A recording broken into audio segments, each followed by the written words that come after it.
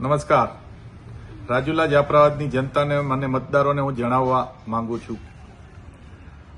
આજે રાજુલા જાફરાબાદની અંદર મધ્યમ અને ગરીબ વર્ગના લોકો ઠેર ઠેર કોંગ્રેસ પક્ષની અંદર ચૂંટણી લડી રહ્યા છે અને અમારી પાસે જે ચૂંટણી લડી રહ્યા છે એને રસોડું, સંડાસ, બાથરૂમ અને એક મકાન જ છે.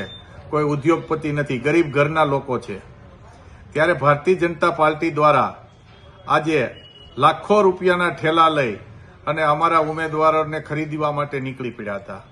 આ ખરીદીની અંદર મોટી મોટી કંપનીઓ જે જાફરાબાદ રાજુલામાં આવી છે, એમના મોટા અધિકારીઓ, મોટા કોન્ટ્રાક્ટરો અમારા કાર્યકરોને ખરીદવા માટે દોડાદોડી કરી રહ્યા હતા, અપક્ષોને ખરીદવા માટે દોડાદોડી કરી રહ્યા હતા.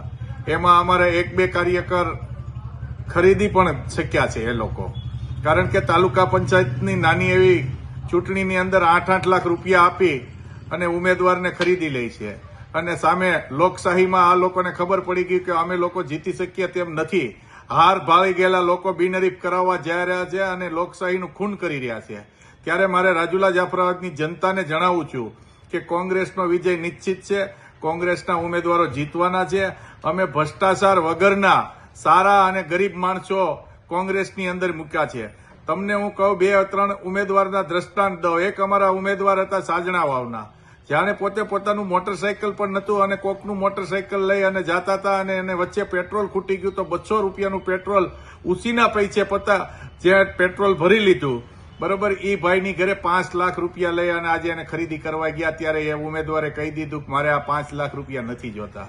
બીજા અસ્મિતાબેન મકવાણા, હેમાળના ઉમેદવાર, એમના પતિ અને એમના દેરને બોલાવી અને એમને પણ કીધું કે 7 લાખ રૂપિયા આપીએ, તમે આ ફોર્મ પાછું ખેંચી લ્યો.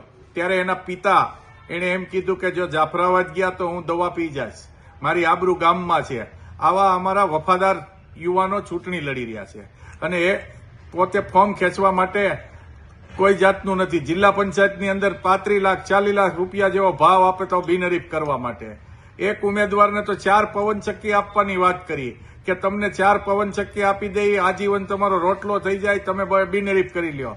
ત્યારે મારે રાજુલા જાફરાબાદની જનતાને કહેવાનું છે કે અમે ગરીબ માણસો, નાના માણસો, મધ્યમ માણસોને ફરી મેદાને મૂક્યા છે. ત્યારે રાજુલા જાફરાબાદમાં કોંગ્રેસ પક્ષને ખતમ કરવા માટે ભાજપે સોપારી લીધી હતી, અમે ફરીથી ઉભો કર્યો છે.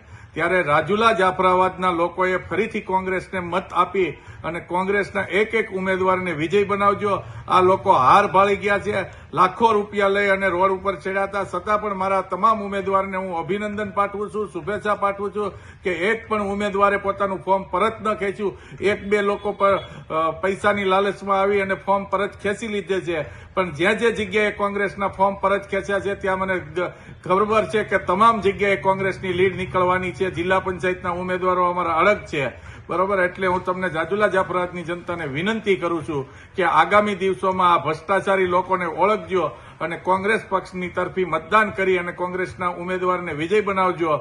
ભવિષ્યમાં અમે ખેડૂતો, ગરીબો, મધ્યમ વર્ગના, હીરા ઘસુઓ, તમામ નાના અને કસરાયેલા વર્ગની માટે અમે મહેનત કરશું. અમારી પાસે પૈસો નથી, અમે ભ્રષ્ટાચારી નથી, એટલે નાના માણસોનો સાથ સહકાર રહે એવી અપીલ સાથે મારી વાતને વિરામ આપું છું. જય શ્યામ.